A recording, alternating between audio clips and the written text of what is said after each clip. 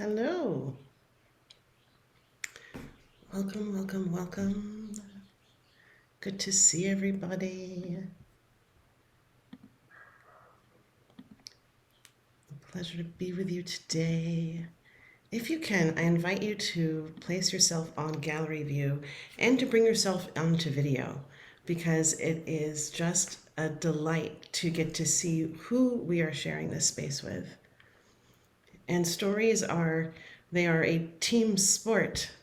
They are not to be done alone, and they aren't created by themselves. And so you might have come to receive a story, but you are actually just in the very nature of coming to be part of a story and also part of the co-creation of it. So that's why it is just a delight to get to see you and feel you. Peter, is that Burning Man that I'm seeing in the background? I'm curious. Hi, Ed. Good to see you. Welcome, Celine and Adrian. Hi, Julie. Hello, Vex. Hi, Kathy and Alan and Eve. Welcome, Risha or Risha. Tell me if I'm saying that right. West. What a fun name. Luz. All right. We're in it. We're in it to win it today. There will be no hiding out. There will be no just me on the realm of story. And I'm going to ask you for the next hour to bring your entire self to this experience. And what that means to me in terms of what does it mean to bring your entire self? If you can turn off all of the alerts and the distractathons. You guys, I went to Ecuador this past year with my dad. It was an amazing experience. And while I was there, I figured out that on my phone, I could turn off all of my alerts, which meant that every time I went to take a photograph, my brain wasn't pulled off into Netherlands. And it was like I got my life back. I had no idea how much of my thoughts and my considerations and my ideas were being like stolen by the distractathons of our time. So I want to invite you to come into the fullness of an hour. We're only going to be together for an hour. And by doing that, I'm going to invite you to really get honest, as you possibly can. And honesty it's a funny thing, right? It's completely impermanent. It is something that is constantly in motion. You think you get to one level of honesty and then you can find another that's just underneath it, right? So it's like, well, as honest as we can in this moment. And what I'm really asking you is, why are you here? What is bringing you alive into this particular moment? What is calling you to the threshold of sacred storytelling? And I'm going to invite you to be bold in this because you've just dedicated an hour of your life. You're never going to get it back. You just dedicated an hour to your life. And so I really want to invite you to go big and be really bold about considering what is calling you into this moment. Is it that there's something stirring inside of you and it's bothering you and it's banging around the edges of your bones, and perhaps it's living in your liver, perhaps it's the bottom of your feet, but something is tingling inside and it's saying, I need to get out, I need to be spoken, I need to be expressed, but it doesn't have its way up all the way through the throat chakra, or perhaps it gets stuck in the heart, or perhaps it's like still living deep inside the core. Okay, you don't have to have all these answers. We're just going to sit here in some wondering moments in terms of what is calling you to this threshold. Why are you here? Is it because you're one of those people that's being struck by lightning and the muse won't leave you alone and she's just bothering and nagging and whispering in your ear and she's calling for you to please midwife these new stories? Please come forward with the story of our time. Please come be an alchemist and bring healing to the old stories as we bring in new breath and new life for the new stories that are calling us forward. Is that part of what's calling you here?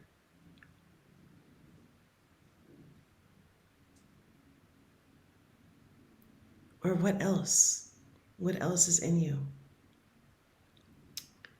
Ellen, it's okay. You don't have to do anything to be here. You can just catch the experience I'm responding to.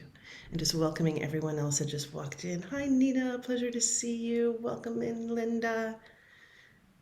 I see Zoom user. I know that you have a name. Hi, Kat and Julia. Okay. So if anyone wants to speak and you want to share in the chat box, what's calling you here, I really invite you to do that. In the meantime, I'm going to invite you to do a little settling exercise. And this is for us to get in attunement with this vessel, this extraordinary vessel that story lives through. And so placing your feet on the earth, placing your hand on a piece of your body that could use your attention. And we all have different ways of doing that. Maybe it's just that part of your body that's calling you to it, as if your hands are magnets to what needs to be in connection and touch. So perhaps that's your belly, perhaps that's your heart. Perhaps your hearing and your ear wants to be in connection. And I invite you to breathe into this place. And as you're breathing into this place, imagine as if you could invite all the mana, it's a Hawaiian word for life force, all the life force that's living among you, as if you could breathe that into that place that just asked for connection.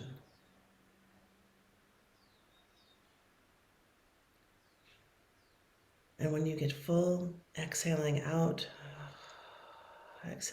anything that is in the way of you fully receiving the gift of the life that's around you. And this time I'm going to invite you to imagine that you can see that life force that lives around you in the form of a color. And breathing that in as if you can breathe that color into your body. And what are we doing right now? We're already connecting with our capacity for intuition, for trust, for trusting the way that we perceive the world, that we see the world, that we experience the world. And some of you may be more experienced and connected. And as you're, by the way, full, you can exhale out.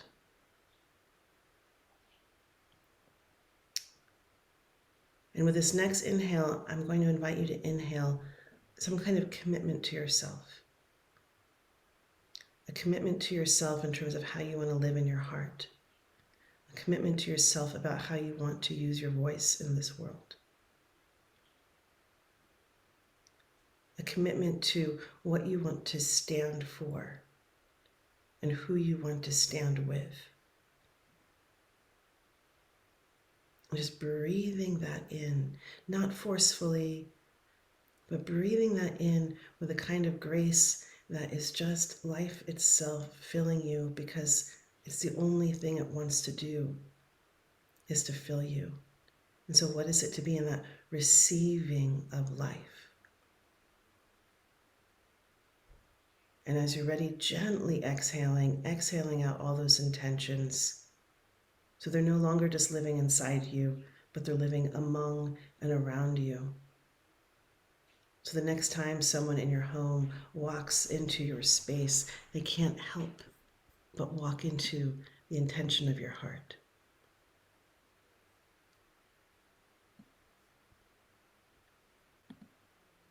I want to bring you a quote.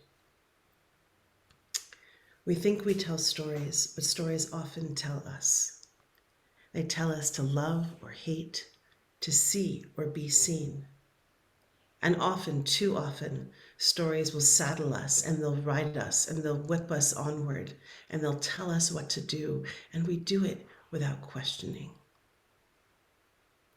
The task of learning to be free requires learning to hear those stories, to question those stories, to pause and hear silence,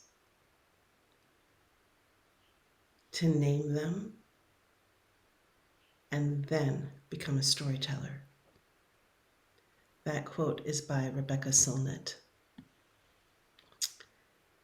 And so I invite you to come back and open your eyes. I love beginning this class on sacred storytelling with Rebecca's quote because it so beautifully articulates the journey, I think, of what it means to be a conscious creator in our times. You know, and what she's saying is that before you can come to the threshold of telling the stories, first you got to be able to see them. Then you got to be able to name them. And then you've got to be able to make this beautiful choice of discernment. What stories are you going to choose to carry? What stories are you going to allow to take seed and give your precious life force to by repeating them or sharing them or embellishing them or healing them? Yes, I can place her quote into the chat box. And so I'm seeing a couple of things over here that I want to pick up before we continue. Kathy's here because I have many people tell me to write my story of stories of the amazing experiences, life journeys, sharing knowledge and wisdom.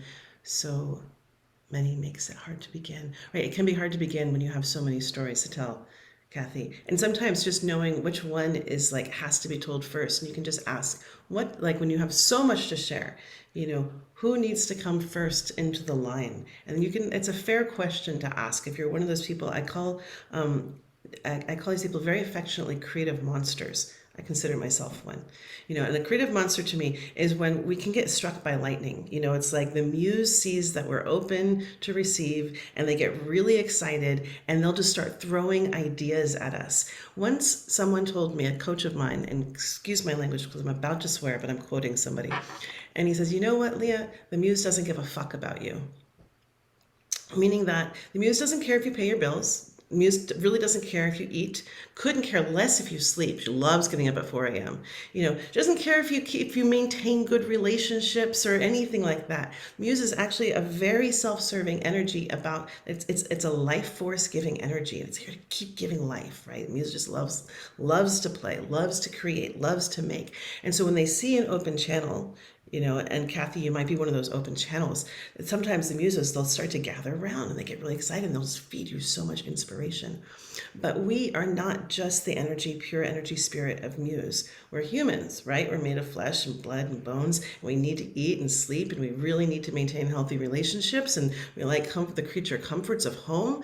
And so we need to really practice discernment around that kind of wild creative life force as it comes towards us. You know, and so you can make agreements with the muse. You know, if you're one of those people, my muse comes around, she loves a good 4 a.m. wake up. You know, and sometimes I can clear my life so that happens, and other times I need to say, let's make a date for a little bit later in the day. You know, so you can do that, but you can also, in terms of asking when you have so many stories you want to tell, ask them which one is ready to go first. Which can I get to the threshold first so I can give my gift and then come back and work on the other ones. Hat's saying I'm here because I'm interested in more perspectives and enthusiasm around storytelling. Beautiful, beautiful, beautiful. So what we're going to do today is I'm going to give you a very brief introduction into the landscape of sacred storytelling as a healing art and as a way of exploring your consciousness. And so we're not going to do the regular storytelling. Here's the 6 bullet points of how to tell a story. I'm definitely not going to do that. We're going to go back to the very first aspect of what is it to be a human in our time, coming into relationship to one of the most ancient tools we have on the planet that gives us a regular practice of how to be human. And I'll tell you one of the reasons I'm so passionate about standing at the threshold of sacred storytelling and giving people, as many people I can, the golden keys to this realm, is because of that first thing that we did with that breathing. I invited you to breathe in the energy to receive, right? I said, let's receive all the energy, the life force energy that's around you, and then to give that back out into the world, right?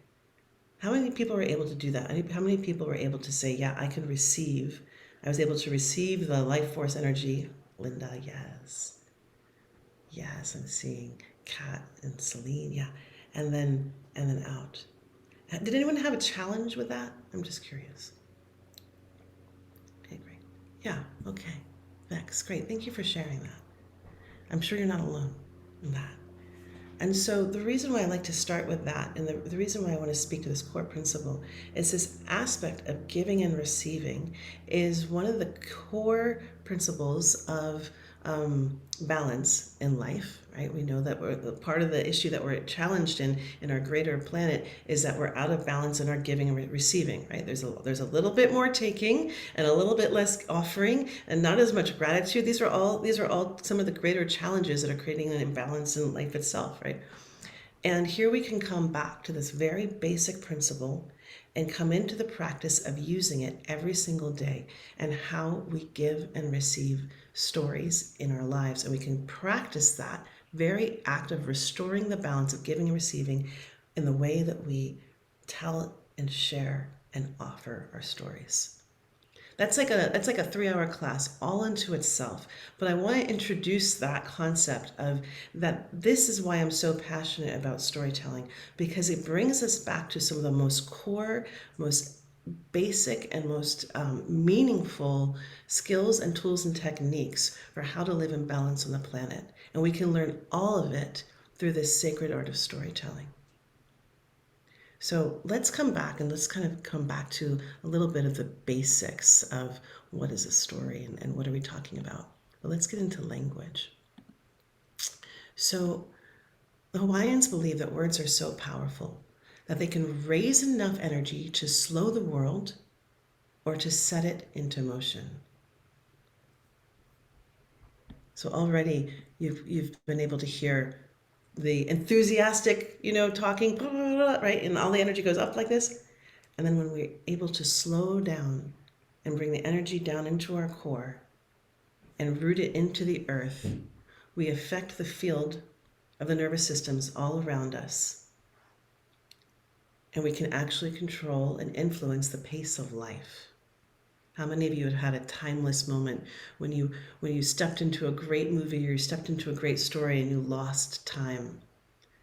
You fell into being with time in a different way. So I love the Hawaiians. If you have an opportunity to ever go witness hula, this is an indigenous culture that has maintained their relationship with the power of their embodied prayer. It is so incredible to witness and see. That there's still a knowledge and knowing that their words can call the clouds. It's not fantasy. It's not fiction. It's not even something so back in the past that it's been fictionalized. It's still very present, this ancient knowledge and of how to be in relationship to language and prayer and how it maneuvers and influences the energy of life around us. Sicilians believe that words poke holes in the universe. I always think about that when my temperature begins to get a little hot, and you're in an argument or a disagreement, that no word can ever be taken back. There's actually a mystical word in physics, and I can't remember it, that speaks to that once a word has been spoken into a space, it lives there forever. It doesn't mean that we can't repair, but we have to be in relationship with people who know how to repair, right? So it's a whole other thing. But I think about that sometimes if you go to like when I was driving across the country and I would stop off at these really just kind of depressing truck stops, you can just sing a beautiful song as you walk through, and that's going to live there too, forever. Australians say that the stories of the past must be sung to the present in order for the future to exist. The Maoris say that the words don't describe a thing, they are the thing. In Japan, they have a word called kotodama. It means word spirit, and it refers to the original divine spirit of a word before it enters the world of thought waves. So the significance of kotodama is that words are alive and have the power to create. Abracadabra, it's a word from ancient Aramaic mysticism. I create as I speak. And all the ancient religions agree that the world was sung, spoken, and chanted into existence. I love that. I'm just going to say it one more time because, I'm from the East Coast. And we are born and bred with just a little bit of cynicism. We just can't help it, sarcasm, banter, and just a little bit of healthy cynicism. So, it's like that whole, I remember the Saturday Night Live skit where they talked about, they were mocking Californians about, the glass always being half full. And, I grew up with that, so when I heard this, because it's just kind of the way, the worldview that I was raised in, when I heard this phrase, that all the ancient religions agree that the world was sung, spoken, and chanted into existence.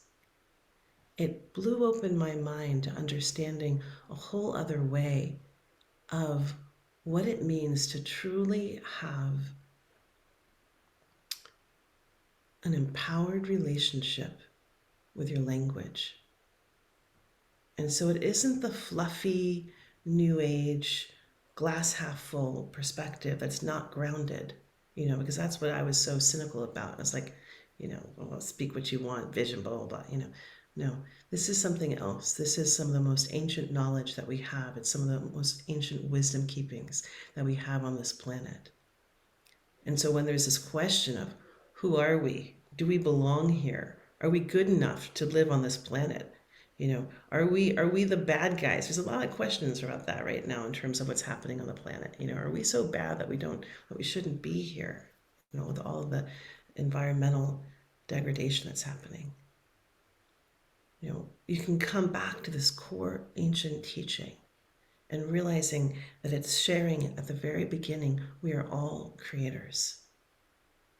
And we're creating with the resonance of our heart every time we have the courage to speak it.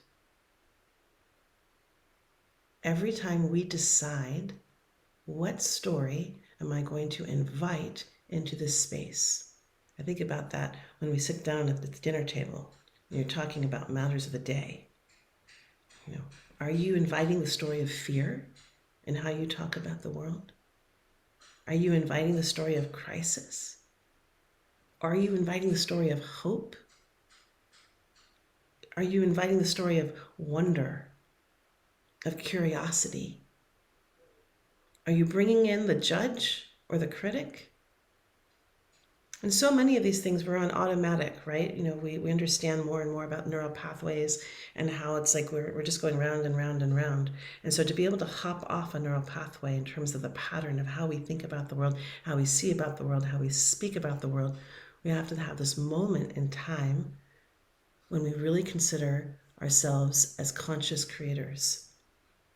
And we really settle into just how powerful we are.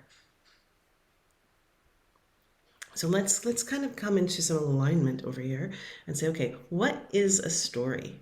What is this thing?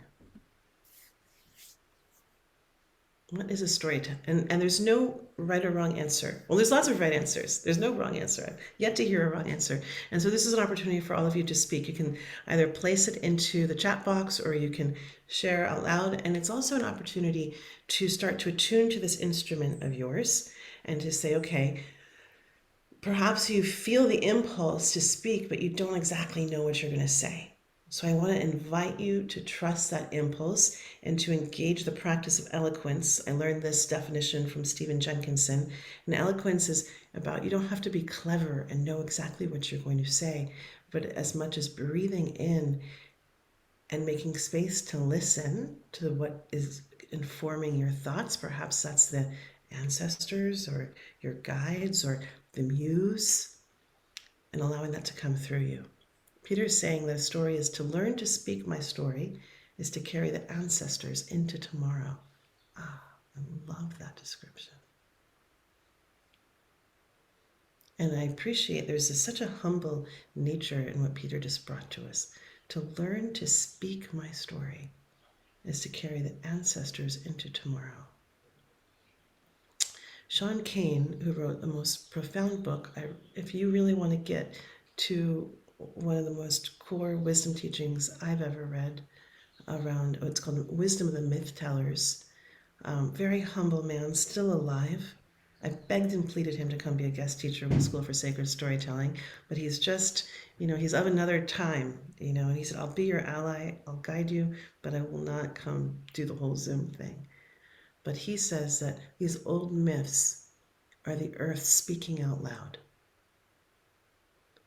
And if you become a student of story, and you start to pick up that, there are a lot of myths, these creation myths, these origin myths. What were they? But they taught us how to live in relationship with the earth. They were kind of like, here's the operating system, here's how the earth works, and here's how to be in it, right? And you'll also all of a sudden start to listen that there's a lot of similar stories coming from different places around the world at the same time. They were all catching the same story. Story's presence, energy, and power, says Celine. That came through a private message by accident, I think. Right? Presence, energy, and power. So one of the things, when you're really conscious of your power as a storyteller, you're conscious of how your words influence the room around you, can change the frequency of the energy, the space. You're actually affecting people's nervous systems and planting the seeds of ideas into people's minds. You start to really understand, when you really want to start thinking about who are the most powerful people on the planet, I would reconcile that storytellers are right there at the very top, right? So there's presence, there's energy, and there's power in this. Martin Luther King Jr., powerful storyteller. I have a dream. He planted a vision that's continuing to live way past his own life. Hitler, powerful storyteller, right? There's so many storytellers around us. Ed's saying that story pokes holes in what we illusion to our reality to see and experience what is really real. Right? They do. They poke holes. They poke holes, right? I think you're trying to say through the illusions of our reality and to see what's really real. What I love about stories, if you go to Italy, you're going to learn Italian probably a little bit. How do I get to the bathroom? How do I order my food? These basic things. If you go to the land of story, same thing. You got to learn the language. And story speaks through symbols, through metaphor, and through archetypes. And there's beginning to be an old language. It's beginning to go extinct even. There's not a lot of people that speak the language of story. So if you're going to go listen to a story or watch a story, even if you're going to go watch a Marvel story, it's still speaking through this ancient original language of myth, metaphor, and symbols.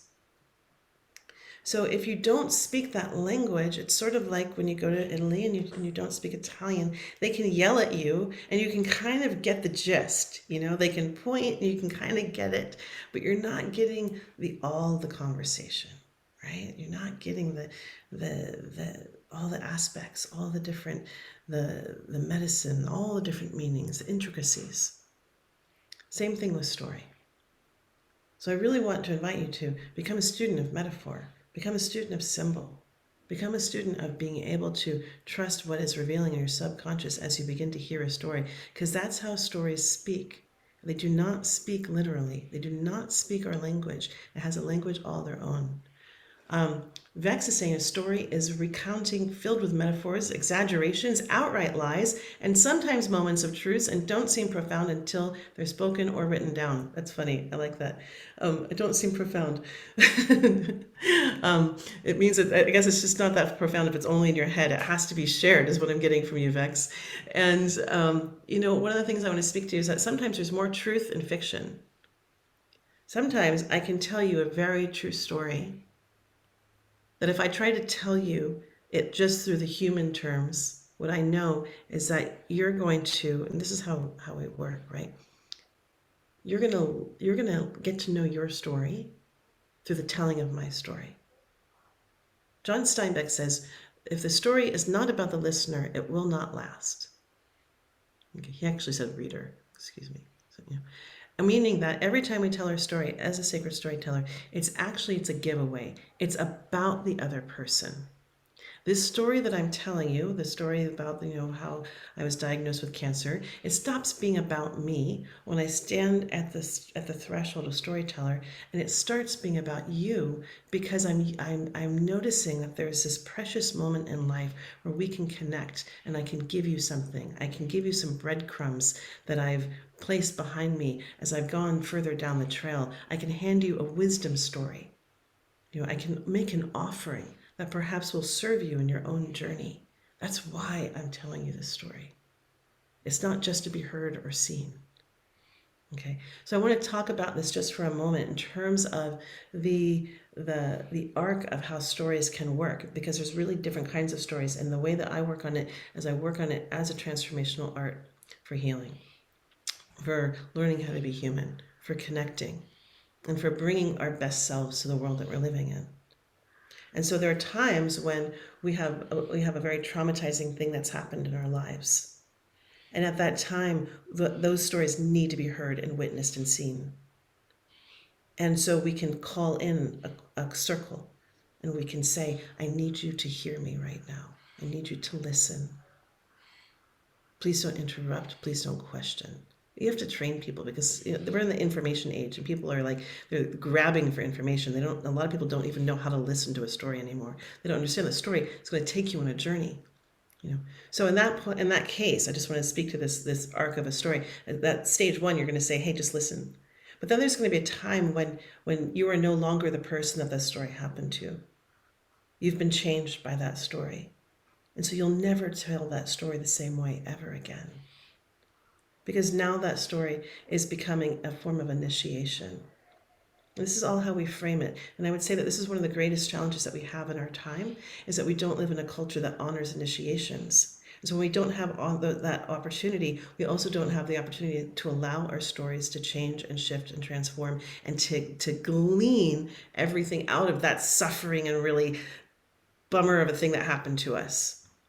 But when we understand what it is to be a powerful sacred storyteller, and that those things that are the hardest moments of health crisis, loss of job, broken hearts, betrayals, when our house burns down, when all these things happen, and we're able to understand that as humans, we're constantly choosing our initiations, or initiations are choosing us, and we have a way of claiming them through the way that we tell stories. And as we claim our stories, we can also claim our path into eldership and our commitment to the next 7 generations.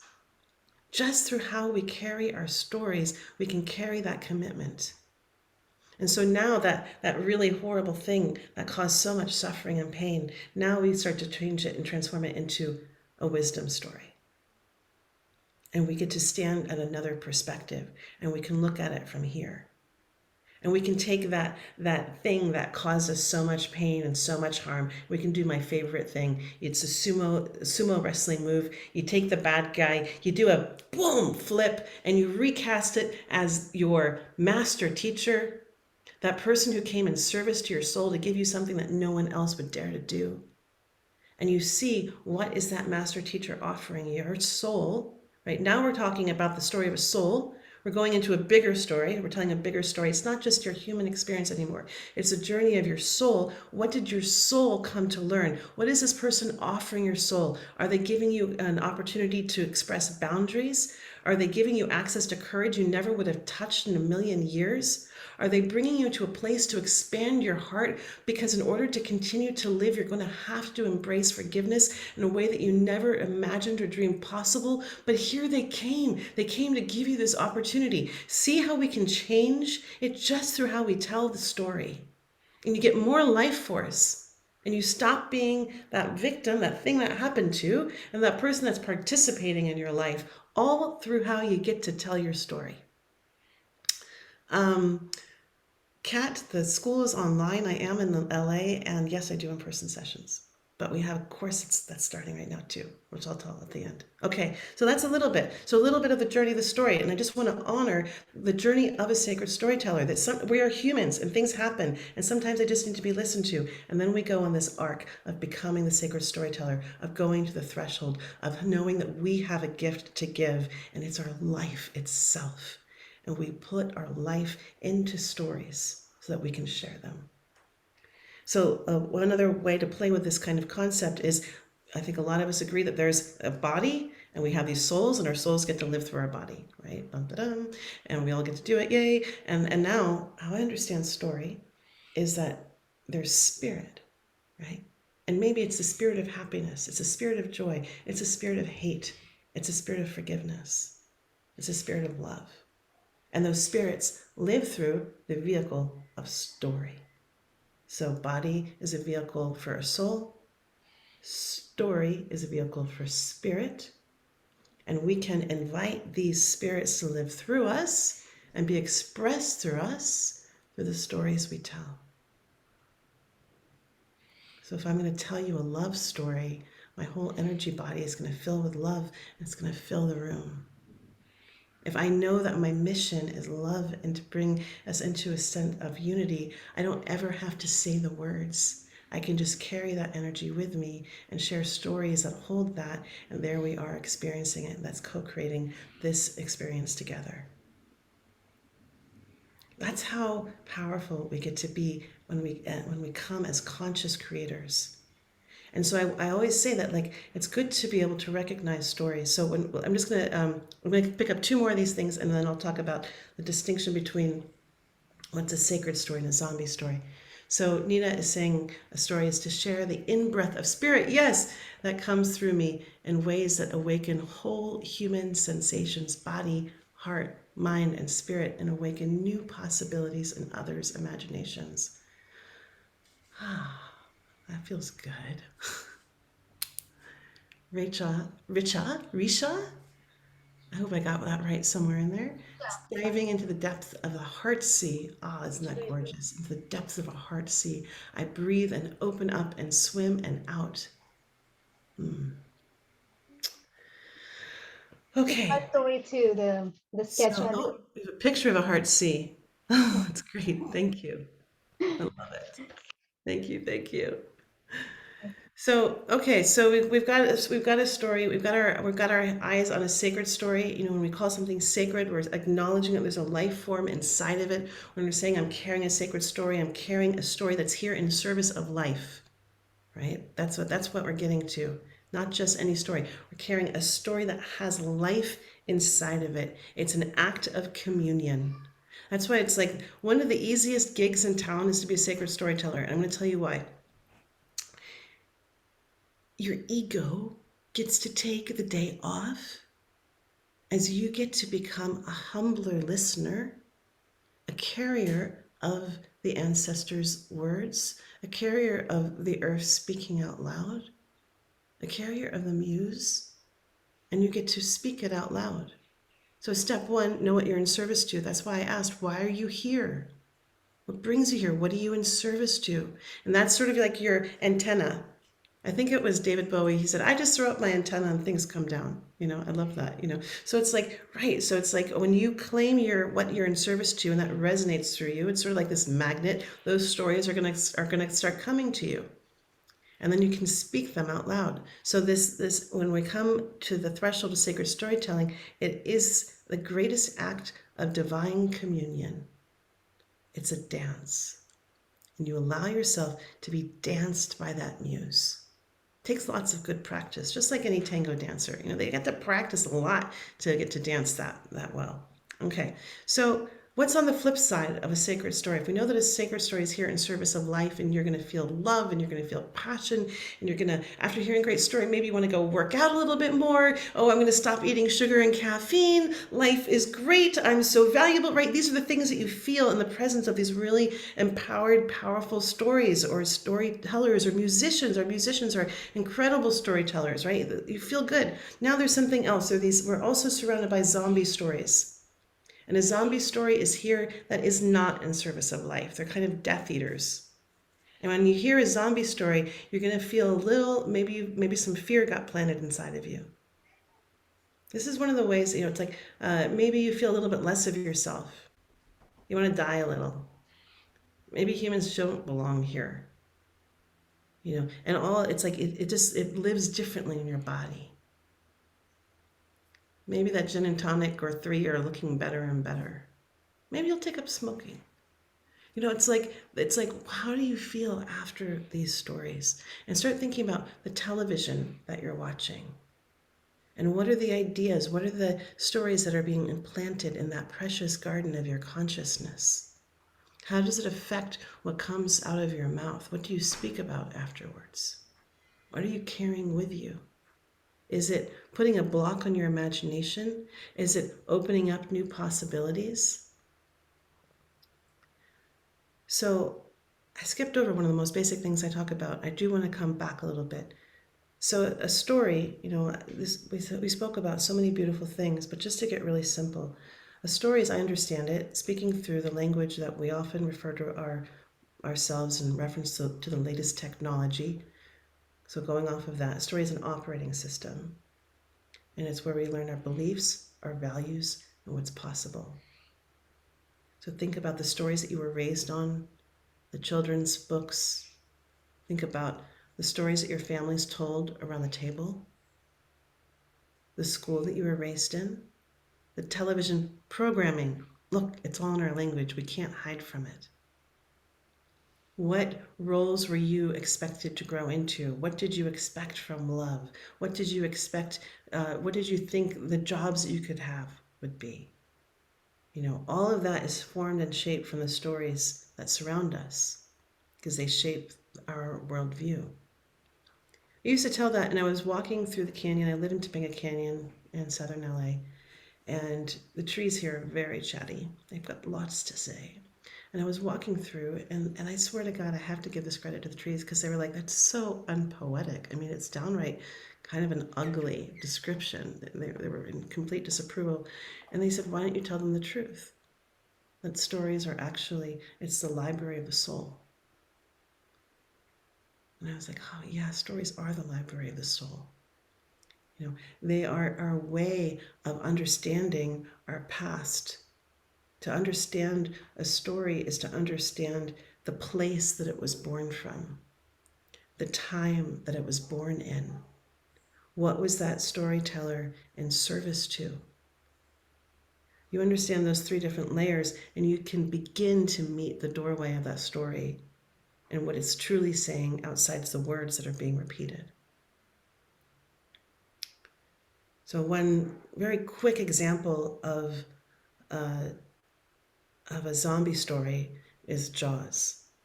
And I use this as an example because it's a great warning story.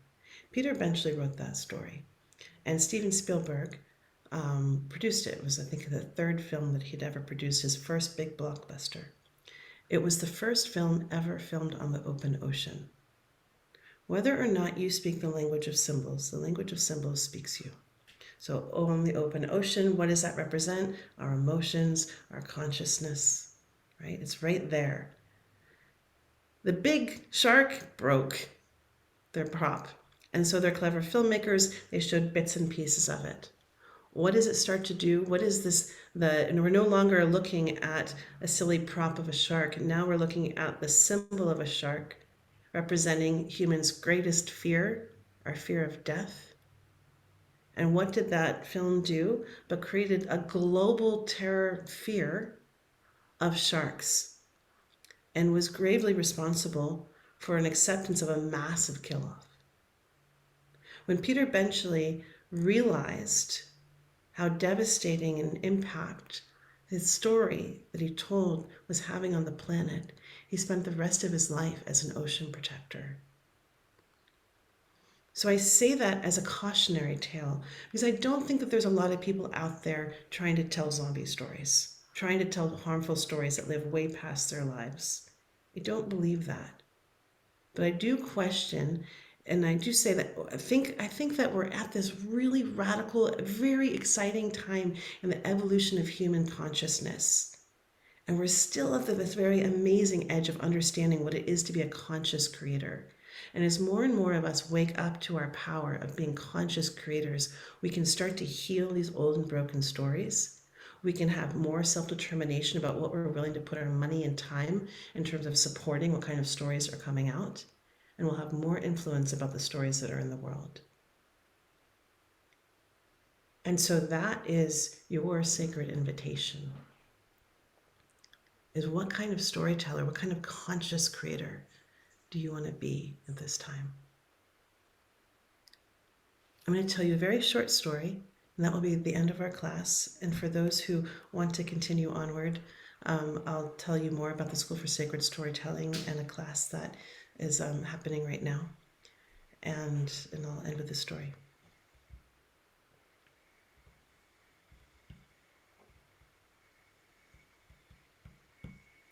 I was going to tell you one story, but this other story wants to come through. I've never told this story. It's a brand new story, and I'm just gonna share it. So this is and I'll tell the other story at the very end because it's a profound story, and it's a 3-minute story about that comes. It's a wisdom story that comes out of the Holocaust.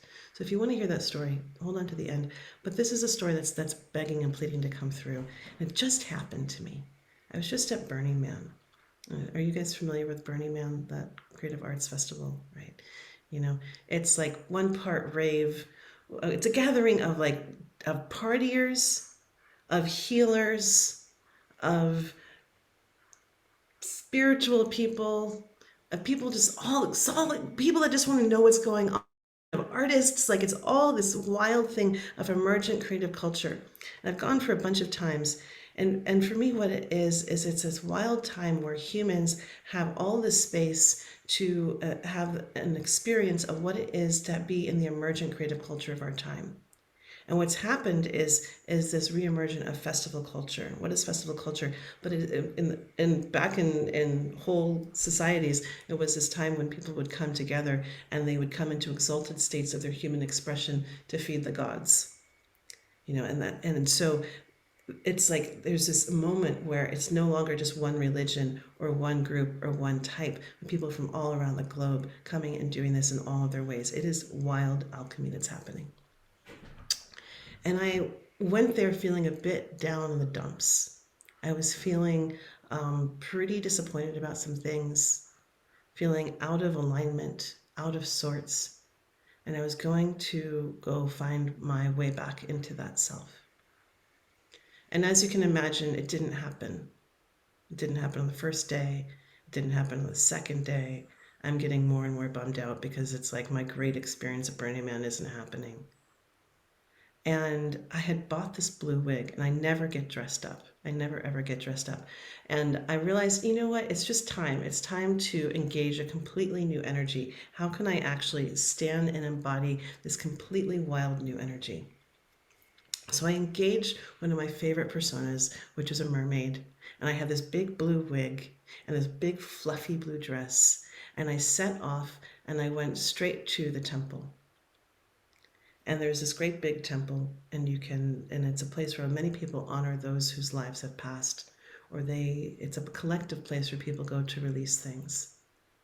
And I went in for the deepest dive. That's where I was saying, you can find a truth, and then you're like, well, I got there. And then it's like, oh no, there's another truth. You go down, and you go, oh, now that I found that truth, there's another truth. And I come in and I started going down and down and down, deeper and deeper and deeper into the truth that lived underneath my shame. And as I found those pieces and I claimed them and I named them and I wrote them and I spoke them out loud and I sang to them and I left them behind. And when I walked out, and I can say this happened 4 times in my life. Before that time, I would have said 3 times in my life. But 4 times in my life now, I've had the experience of doing something and walking away feeling physically, tangibly different. And I walked out feeling like I had full permission to live in a way that I never had before. And I walked out in the full, thank you.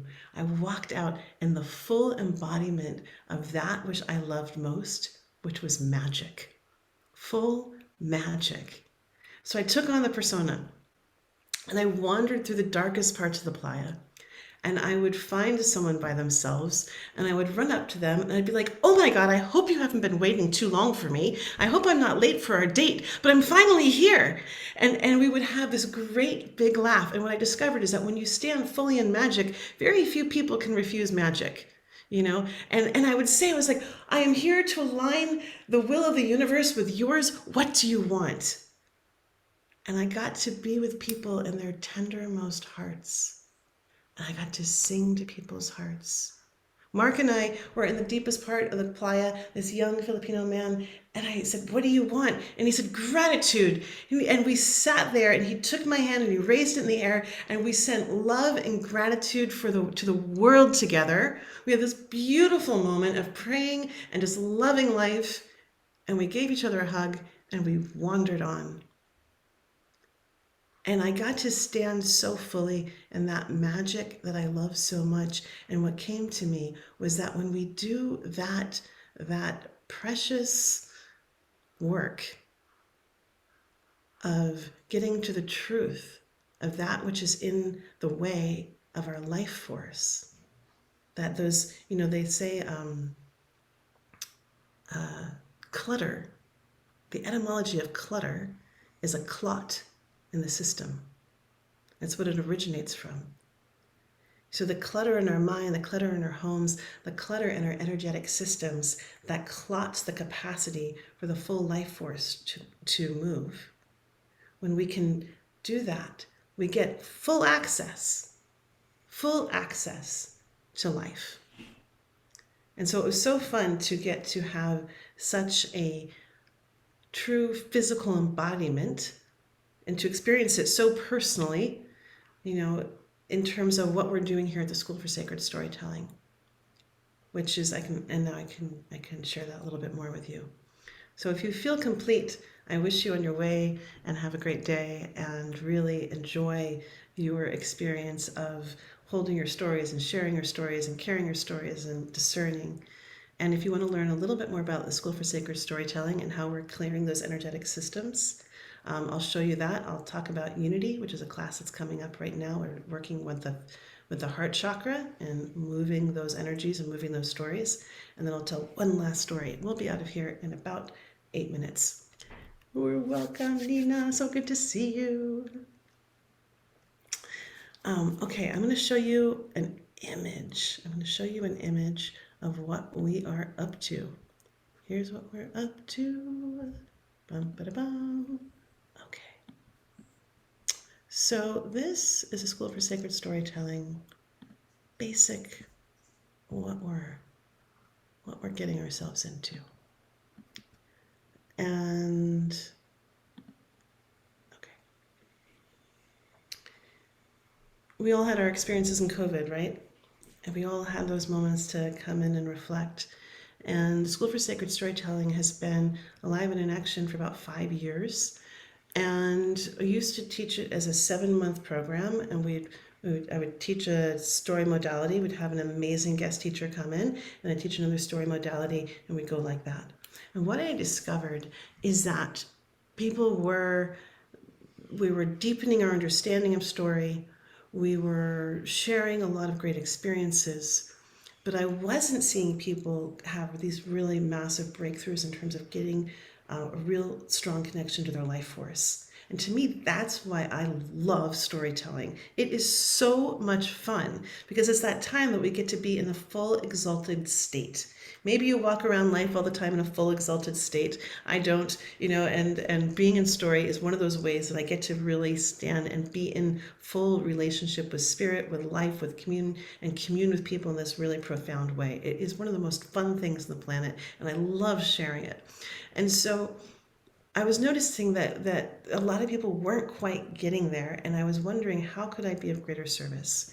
How could I really give people the tools to get even more access to their life force and more access to play, more access to joy, more access to grief, and to move through those things that were in the way of that? So that's how this program came to be. And what you'll see is that it's 11-part program. And we have 2 different kinds of modules. One are the sanctuary modules. These are going through the chakras. And what we do is these are 6-week creative intensives where we use a creative process to explore what's living in that chakra and see how can we maneuver, move, alchemize, integrate, release, transform, all these words, so that we can come out with telling our stories in different ways, but also having moved what is that stuck energy. So while this can be therapeutic, and it can definitely be therapeutic, it's not designed to be therapy. But I have had a couple people fire their therapists while doing this work. So it's all about where are you in your journey, and how do you want to engage your life, and where do you want to liberate your energy. That's what this is. This is what these 6-week courses, they're really designed to give you full access and help move and liberate your energy through fun, through play, through embodiment. That's what we're doing. So right now, the program is designed where you can come in and experience the program in its fullness and its wholeness, or you can just come and do an individual module. So that's what COVID, when I was looking at it and I had that time in COVID to reflect, I was like, let's not do just a 7th-month program. Let's do these 4-week modules, 6-week modules, have a complete journey, be able to see where you've gone in that process, have something complete, and then be able to take what you completed and have that to integrate and move on to the next module. So while they do build on each other, they're also designed to all be one, like you can just jump in at any time and have a complete whole experience. So right now we're into unity. We're into the heart chakra.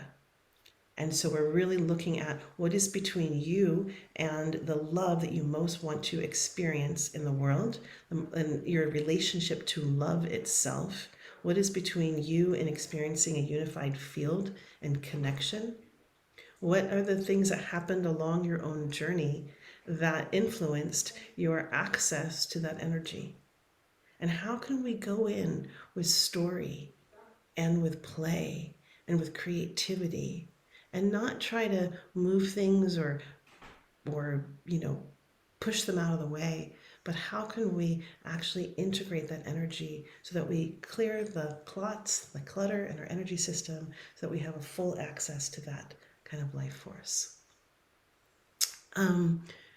We have 3 amazing guest teachers with us. We have Stephen Jenkinson, who is one of my elders and teachers. We'll be talking about love and matrimony.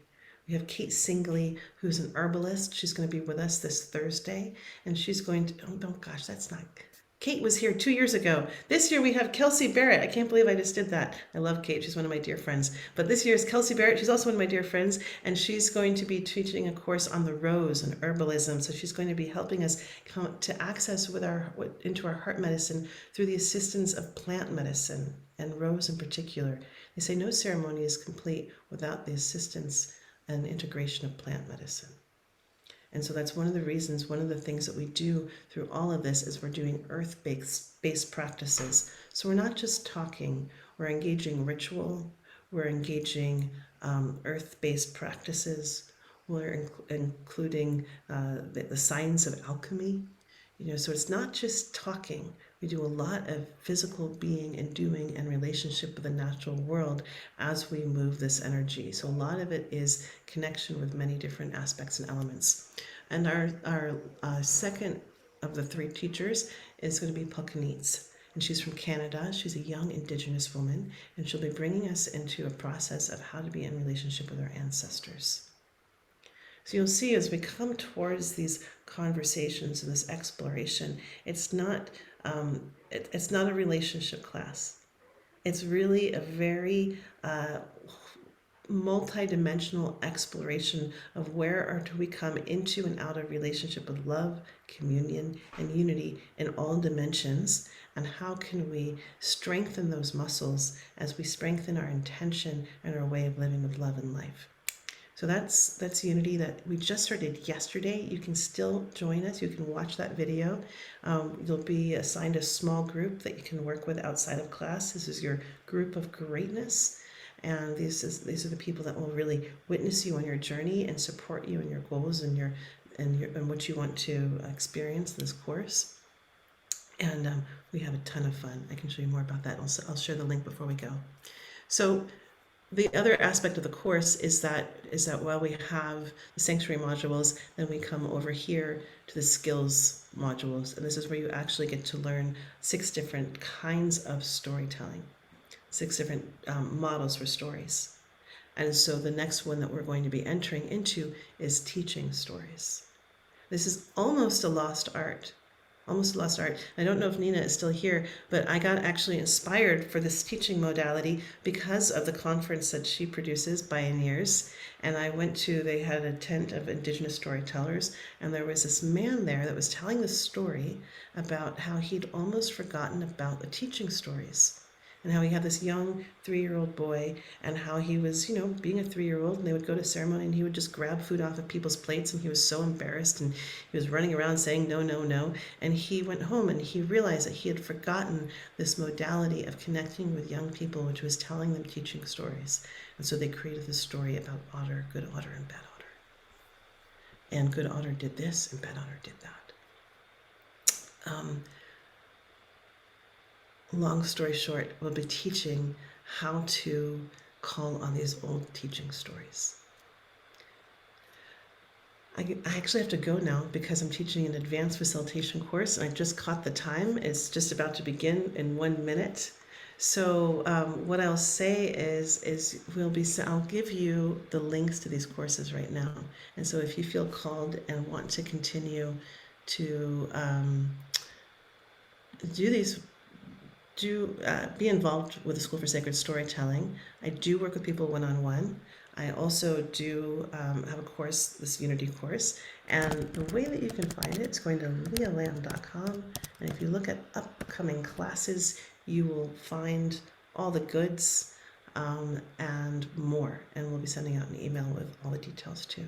So a pleasure to be with all of you, and I invite you to take yourselves off mute and say hello or goodbye, and we can go off into our day that way. Thank you so much. You're welcome. Thank you. That was great. Thank you, everyone. Thank you. Thank you, lovely Leah. Thank you. Pleasure to be with all of you. It was heavenly. Bye for Yeah. now. Bye-bye. Bye.